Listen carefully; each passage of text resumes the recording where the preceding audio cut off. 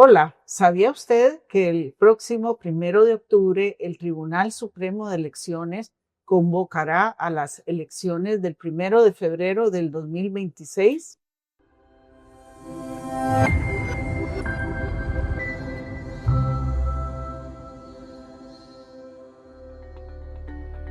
Les invitamos a escuchar el podcast Historia, Cultura y Democracia, organizado por la Benemérita Biblioteca Nacional, la Escuela de Estudios Generales de la Universidad de Costa Rica y el Instituto de Formación y Estudios en Democracia del Tribunal Supremo de Elecciones.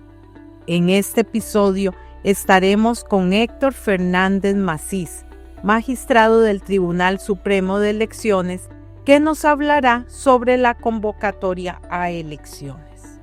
Disponible en Spotify, Apple Podcast, YouTube y Facebook. Buenas, es un gusto estar de nuevo en el programa Historia, Cultura y Democracia. Hoy tenemos la grata compañía del magistrado en ejercicio y director general del Registro Electoral y Financiamiento de Partidos Políticos, don Héctor Fernández, quien nos va a conversar sobre los próximos meses después de que se realiza la convocatoria a elecciones para el próximo 1 de febrero del año 2026. Cuéntenos, este 1 de octubre se celebra la convocatoria. ¿Qué significa eso? ¿Qué es lo que sucede a partir de este momento? Primero que nada, el agradecimiento por la invitación. De verdad que es un gusto compartir en este programa con ustedes, sobre todo temas que me apasionan particularmente. Pues bien, decía un célebre autor español, don José Ortega y Gasset, que la salud de las democracias, cualquiera que ésta sea, depende de un mísero detalle técnico, decía él, el proceso electoral. Y si bien hay una serie de institutos y normativa alrededor de cómo elegimos a nuestras autoridades, tiene que hacerse ya después esa competencia, esa definición de cuáles van a ser esas autoridades eléctricas, se hace a través de un procedimiento, de un proceso electoral que tiene una fecha de inicio. Y esa fecha de inicio, de acuerdo con nuestra legislación, es 4 meses antes del día de la elección. Es lo que conocemos como la convocatoria oficial a las elecciones. Si bien hay una serie de actos preparativos, como definir la división territorial administrativa para ver dónde vamos a instalar centros de votación, definir cuáles partidos van a jugar o van a competir en estas elecciones, que los partidos hagan sus procesos internos para la designación de los candidatos. Ya a partir del próximo 1 de octubre empieza la competencia oficial, por decirlo así, donde todos y cada uno pues, van a tener espacios para poder promocionar a todas sus candidatas y a todos sus candidatos de cara a obtener el favor de los electores 4 meses después, en este caso el próximo 1 de febrero. Hay un momento muy interesante en esta convocatoria que es el traspaso de la fuerza pública al Tribunal Supremo de Elecciones. ¿Qué significa esto? ¿Cuál es su origen? ¿Por qué sucede este momento tan particular? Bueno, yo diría que eso tiene un origen o tiene una raigambre en la tradición civilista que quiso establecer, sobre todo a través de nuestra Constitución del año 49, respecto al proceso electoral, ¿verdad? Ser un organismo independiente el que organice todo el proceso electoral y que sea ese organismo, por eso es interesante ver en las actas, porque el nombre de Supremo, ¿verdad? Que sea ese organismo el que tome todas las decisiones atinentes a lo que es el ejercicio del sufragio. Y dentro de eso, nuestro constituyente tuvo la virtud de darle también la potestad de impartir directamente todas las órdenes o directrices que considere pertinentes a la fuerza pública. Por eso es que se da el traspaso de la fuerza pública del Poder Ejecutivo al Tribunal para los efectos precisamente de asegurar debidamente esa competencia electoral. Es básicamente en ese sentido, y la fuerza pública cumple un rol fundamental en todo lo que es la organización de los comicios, desde el debido resguardo de todas las actividades proselitistas de los centros de votación para garantizar que todos los ciudadanos puedan ir en paz y con toda la seguridad del caso a ejercer su derecho al sufragio, hasta también colaboran en todo lo que es la repartición y después la recolección del material y documentación electoral. Claro, sí, es fundamental todo ese cuerpo de policía actuando en favor de la democracia costarricense. Hay un tema que se menciona en este cronograma y es el cierre del padrón electoral. ¿Qué significa el cierre del padrón electoral a partir del 1 de octubre? Bueno, uno de los blindajes que tiene cualquier sistema de elección, en este caso el nuestro, uno de los aspectos indispensables para poder garantizar una efectiva integridad del derecho al sufragio es conocer ciertamente cuáles son las personas que tienen derecho a ejercer ese sufragio, ¿verdad? Es por eso que en nuestro país es algo que es envidiado, incluso en el área, ¿verdad? La forma en que nosotros conformamos nuestro padrón electoral, porque tuvo una visión nuestro constituyente de hacer depender el registro civil del Tribunal Supremo de Elecciones. Si bien el registro civil es una institución que data de 1888, ya a partir de la creación del tribunal, se pone también dentro de la estructura del Tribunal Supremo de Elecciones. Y eso permite que todos los días, con cada ciudadano que viene a solicitar su cédula de identidad, aparte de dotarlo del documento, se emite una resolución de carácter electoral para ubicarlo dentro del padrón y ponerlo a votar en el lugar más cercano al domicilio que nos da a la hora de solicitar la cédula. Esto es un trabajo, como le digo, de todos los días, pero para efectos de una elección hay que tener una lista definitiva de electores. Por eso el cierre es muy importante, que se da también 4 meses antes. Ya todas las gestiones que se hagan hasta este último día hábil van a afectar el padrón que se va a delimitar, o la lista definitiva de electores que van a poder ejercer el sufragio el próximo 1 de febrero. Esto quiere decir que si hay personas, y en esto está insistiendo mucho el tribunal en estos días, si hay personas que van a cumplir los 18 años de edad entre el 1 de octubre próximo y el 1 de febrero, que es el día de las elecciones, para poder votar tienen que solicitar ese documento a más tardar el último día de septiembre. Los que cumplen años, 18 años, el 1 de febrero, tienen derecho a votar. Siempre y cuando haya hecho una solicitud de cédula antes de esa fecha de cierre, es decir, antes del 1 de octubre, simplemente tienen que presentarse a cualquier oficina del tribunal a retirar su documento y con eso pueden ir a votar. Igual las personas que necesiten cambiar de domicilio electoral, es decir, que se pasaron de casa y tienen que votar en otro lugar, o incluso van a estar en el extranjero y pueden votar desde el extranjero, esa solicitud de cambio de domicilio también tienen tiempo de hacerla antes del 1 de octubre. ¿Para qué? Para ahí ya cerramos la lista, se hace la lista definitiva de electores y es una certeza de que cualquier partido político, cualquier actor del proceso electoral sabe exactamente cuántas personas y quiénes van a votar en cada uno de los centros de votación que se habiliten en todo el territorio nacional y fuera de nuestras fronteras también. Y en caso de defunción, ¿cómo actúa el registro? Esa es la única excepción a esta lista cerrada, ¿verdad? Porque con cada defunción que se inscriba, automáticamente se va eliminando el nombre de ese padrón. Cuando ya se imprimen las listas a pocos días antes de las elecciones y se distribuyen entre todas las juntas receptoras de votos, también hay un procedimiento, hay un protocolo que cada una de las defunciones que se inscriba se manda un comunicado a la respectiva junta con la advertencia, y en eso se instruye a los miembros de la junta receptora de votos que deben tachar ese nombre del padrón y ponerle defunción a la par, ¿verdad? Para que estar seguros de que es una persona que nadie lo pueda suplantar, porque ya es una persona que ha fallecido. Claro que sí.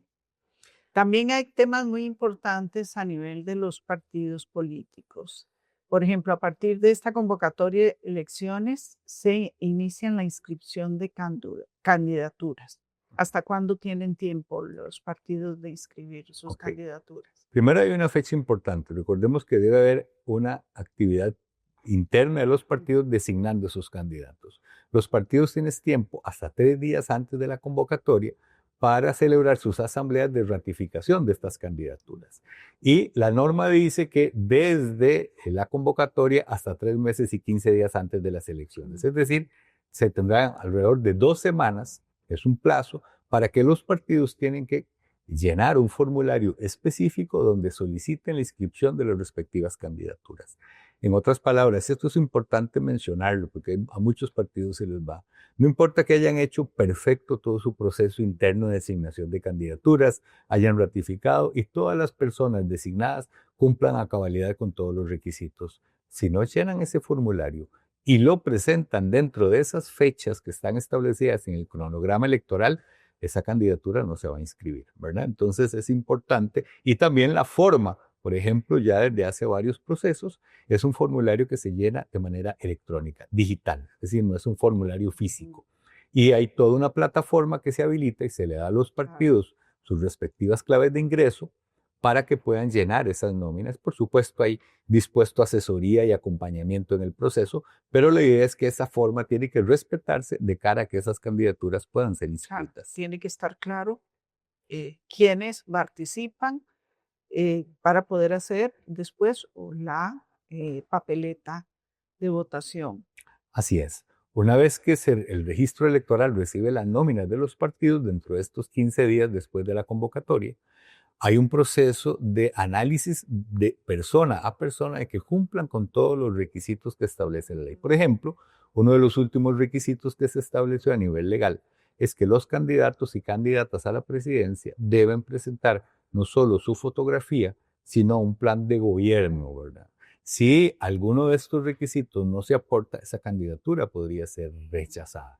Y en algunos otros casos hay requisitos de edad, por ejemplo, o hasta de si es costarricense por nacimiento o no, como es el caso de los candidatos o candidatas a la presidencia. Todos estos requisitos se validan y se emite una resolución de inscripción de candidatura. Hasta que no esté la última de esas resoluciones firme, no pasamos a la siguiente etapa, que sería ya la impresión de las papeletas.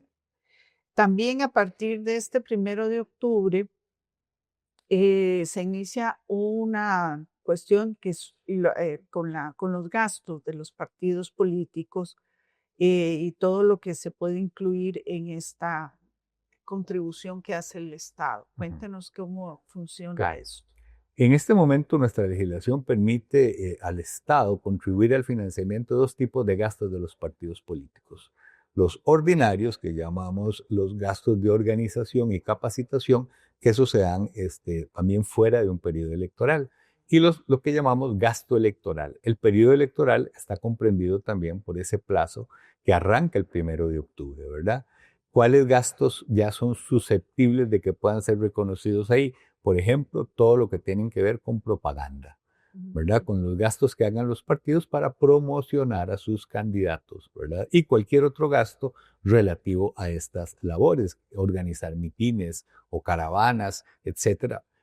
Son gastos susceptibles de estar ahí, o tener el financiamiento de los comandos de campaña, es decir, la contratación de todo ese cantidad de personas que los van a ayudar a todas las labores que se ocupan, ¿verdad? Desde organizar a la gente en los centros de votación, llevarle tal vez alguna alimentación a sus fiscales o miembros de mesa que propongan, la misma logística de proposición de miembros de mesa, etcétera. Cualquier gasto inherente a esos procesos es lo que puede ser redimido contra la contribución que les pueda corresponder una vez que se verifique la elección.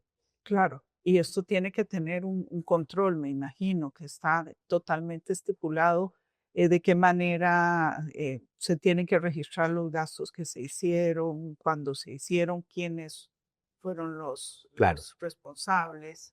Aquí se dieron reformas muy importantes, las últimas recientemente, ¿verdad? En el sentido de, por ejemplo, que los partidos tienen que tener sus cuentas específicas del banco, ¿verdad? Ya no se vale como antes, que un candidato recibía directamente el dinero y hacía sus gastos, no.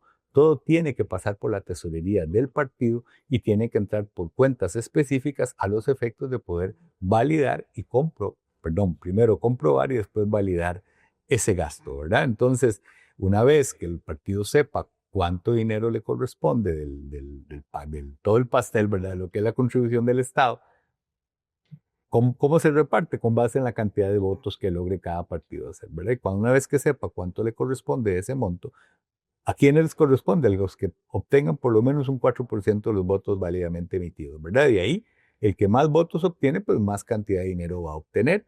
Entonces el partido debe hacer la respectiva liquidación de gastos donde se le exigen los comprobantes y demás.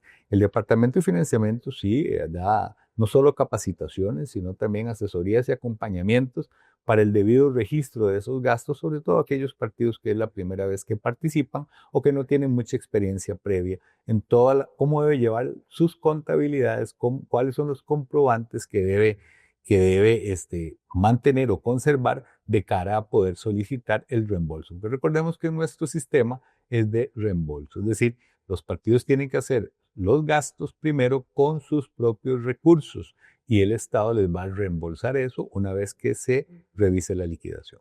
Sí, es una empresa complicada el formar y participar políticamente. Lamentablemente la experiencia nos dice, y eso pasa mucho, sobre todo con partidos que participan por primera o segunda vez en un proceso, que es bajo el porcentaje de gastos que logran redimir, ¿verdad? Siempre estamos llegando ni siquiera a un 90% de la bolsa total que se logra los partidos llevar, ¿verdad? Porque también a veces es una lotería, ¿verdad?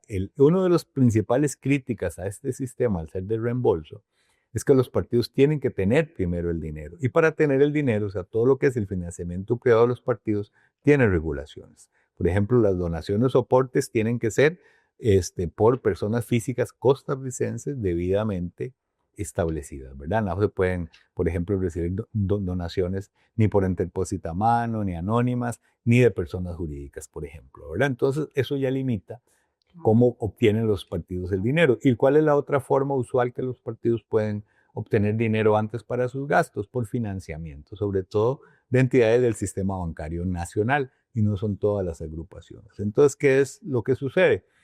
Que a veces un partido le puede haber ido muy bien en la elección, tener un porcentaje de gastos importante o de contribución importante, pero los gastos, por el poco acceso que tuvo al dinero, son limitados. Entonces tenemos casos de partidos que lo más que han logrado comprobar es un 10, un 15, un 20% del monto a que tenían derecho. O viceversa, partidos que sí tuvieron dinero, que han hecho muchísimo gasto, pero que el electorado tal vez no los favoreció y se quedan con gastos que no pudieron redimir porque el monto de contribución que les esperaba, ¿verdad? Esto por eso es que ha habido críticas, sobre todo de observadores internacionales, de que nuestro sistema de financiamiento no promueve una competencia equitativa de los partidos en elección. ¿Por qué? Va a depender de la posición del partido, de la posición de las encuestas que tenga, para ver si obtiene o no el financiamiento adecuado para poder hacer sus gastos. Y el tribunal ha intentado variar eso y no se ha podido. El último intento que se hizo fue proponer una suerte de financiamiento indirecto, es decir, que los partidos no tuvieran una base, que no tuvieran que redimir ni reembolsar, que el Estado se los diera para promocionar sus candidatos. ¿Cómo? A través de que fuera la misma entidad electoral el que sufragara esos gastos hasta un límite equitativo para todos quienes inscribieran candidaturas. Esto no fue ni siquiera pasado a discusión en la Asamblea, es decir, se desecharon las mociones y seguimos con el mismo sistema de reembolsos que hace depender a los partidos de dinero privado antes de la elección, que es cuando más dinero ocupan. Claro, claro que sí. Eso depende de la Asamblea Legislativa, no solo de la posibilidad de que el tribunal lo... Incluso requiere a veces de reforma constitucional, que es más difícil. Sí. Bien, vamos ya en la fase final de esta conversación. Uno de los grandes retos que enfrentamos desde hace varios procesos electorales es el abstencionismo. Quisiera, antes de que terminemos esta conversación, que nos haga un llamado a la población, sobre todo a los jóvenes, a la participación el día de las elecciones y a votar, los que por primera vez votan, y a ejercer su derecho a todos los ciudadanos que vamos a estar empadronados el próximo 1 de febrero. Claro. Tal vez el funcionario electoral a veces a uno le duele, ¿verdad? Por todo lo que pasó el país para obtener el sistema que tenemos y las garantías de derecho al sufragio que tenemos, ¿verdad? Que no lo tienen muy pocos países en el mundo, ¿verdad? Somos incluso dentro alrededor de 20 países con democracia plena que está en nuestro país. Y eso pues costó sangre de muchos de nuestros abuelos, ¿verdad? O tatarabuelos, para tener el sistema electoral. Y simple y sencillamente las nuevas generaciones pues tal vez eso no lo han vivido, siempre hemos gozado de estas garantías y pues se fijan solo en la actividad de los partidos políticos o las críticas que se dan a los partidos políticos y se ha venido alejando. Pero hay dos momentos importantes, fue en el 98 y en el 2022 donde crece importantemente el abstencionismo, ¿verdad? Muy de la mano del descontento hacia la actividad o hacia el desempeño de los partidos políticos. Sin embargo, creo que ahorita estamos en una coyuntura importante, ¿verdad? Porque, y así lo ha tenido muchos países del área y lo diría del mundo, donde incluso algunos dicen que está en juego el sistema democrático que tenemos, ¿verdad? Ese sistema de frenos y contrapesos de que hemos gozado. Yo creo que es importante porque estamos, paradójicamente, ahora en un mundo donde tenemos la información literalmente en la palma de la mano, pero que muchas veces es información distorsionada. Entonces, mi consejo, sobre todo a los jóvenes, es valoren lo que tenemos, ¿verdad? Ojalá que se informen adecuadamente, que no todo lo que a veces esos titulares son los que nos deben cercar. Hay que, ojalá, poder investigar un poquito más. Ojalá que también le expliquen a sus papás, a los abuelos, a la familia que tal vez no tiene acceso a la información cuando puede tener un joven, ¿verdad? De discernir qué es información confiable, cuál es información que no es tan confiable. Estamos en un mundo de posverdad, pero yo creo que más allá de eso también lo importante es participar, porque a final de cuentas quien resulte electo el próximo 1 de febrero no va a gobernar solo para los que votaron. Las decisiones que vayan a tomar los van a afectar a todos, ¿verdad? Y como le digo, muchos dicen que ahorita lo que tenemos en juego es el sistema que hemos conocido en estos años, que aunque pueda ser perfectible como todo en la vida, siempre hay margen de mejora, pero es un sistema que creo que a todos nos ha permitido vivir adecuadamente. Yo creo que yo se lo digo a mis hijos, yo no hubiera podido estudiar o no hubiera podido llegar a obtener los títulos académicos que pude obtener si no hubiera sido un sistema de universidades públicas como los que tenemos en el país que nos garantizan ese derecho y esa igualdad, ¿verdad? Lamentablemente hay otros países hermanos muy cercanos que no tienen esas ventajas que muchos tenemos, de que en mi caso mis dos papás, ninguno tuvo acceso a educación superior, pero los hijos de ellos sí, ¿verdad? Entonces creo que esto se ha ganado, se fue ganando de muchas décadas, que ahora hay cosas que más bien se han deteriorado un poquito a nivel del sistema educativo, lo vemos en las noticias. Bueno, es importante ver cuáles son las propuestas, quiénes están compitiendo a los efectos de ver cómo podemos ir solucionando esos problemas que a todos nos están aquejando en seguridad, sobre todo en salud, en educación. Yo creo que es sano para el país y es una responsabilidad, porque votar no es solo un derecho, es un deber. Así lo está establecido nuestra Constitución como un deber, que no tiene sanción, es otra cosa, pero es un deber por el país y por el país que queremos heredarle también a nuestros hijos. Entonces, ojalá que tomemos conciencia de la importancia del acto que tenemos que realizar el próximo 1 de febrero del 2026.